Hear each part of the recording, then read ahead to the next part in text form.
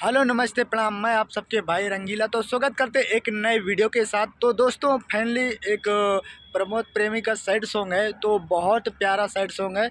जो गर्लफ्रेंड ने आपके गर्लफ्रेंड धोखा दे दिया, तो ये सैड सॉन्ग आप लोग ज़रूर सुने क्योंकि बहुत हिट हुआ है, मार्केट में बहुत चला हुआ है। तो सुन लो थोड़ा ये गाना। अरे न्योता बिया है के भेजब खीसी आई बाकी ना। अरे न्योता बिया है के भेजब खीसी आई बाकी ना।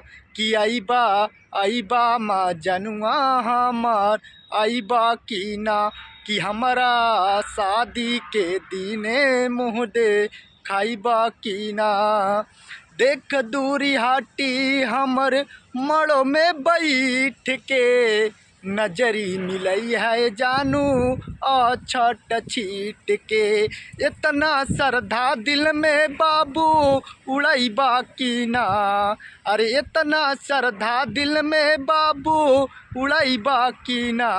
कि आईबा माँ जनुआ हमार आईबा की ना। कि हमारा शादी के दीने मुँह दे खाईबा की ना। तो नमस्ते दोस्तों, ये मेरी वीडियो कैसे लगी आप लोग कमेंट बॉक्स में ज़रूर बताना। मिलते एक नए वीडियो के साथ। जय हिंद जय भारत दोस्तों।